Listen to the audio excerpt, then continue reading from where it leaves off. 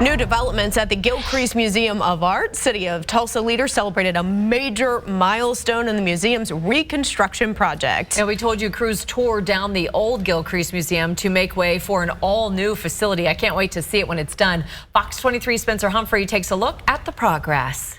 Well, Wednesday morning, the city leaders and museum leaders celebrated a ceremonial milestone on this multi-million-dollar project, the topping off of the structure of the future home of this museum. Now, they were actually supposed to hold this ceremony last month, but the Father's Day storm pushed it back to today. Typically, a topping off ceremony involves dignitaries and project leaders signing the final steel beam and watching it as workers hoist it into place on a building. Now, because of that delay, though, that beam has already been put into place out here, so the city opted to have those people sign wall panels that will eventually be mounted at the top of the building's highest elevator shaft. Today, Mayor G.T. Bynum also talked about challenges with the funding of the project, as inflation has caused this project to come in well over the initial budget the city planned for 10 years ago.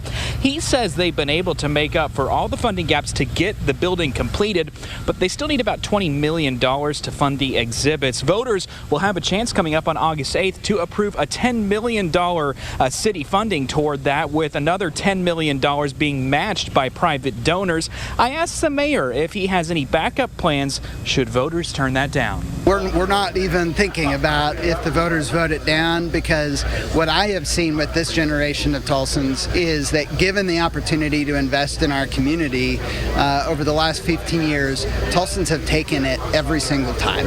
This is a look at some of that construction progress from the Fox 23 Skyview drone.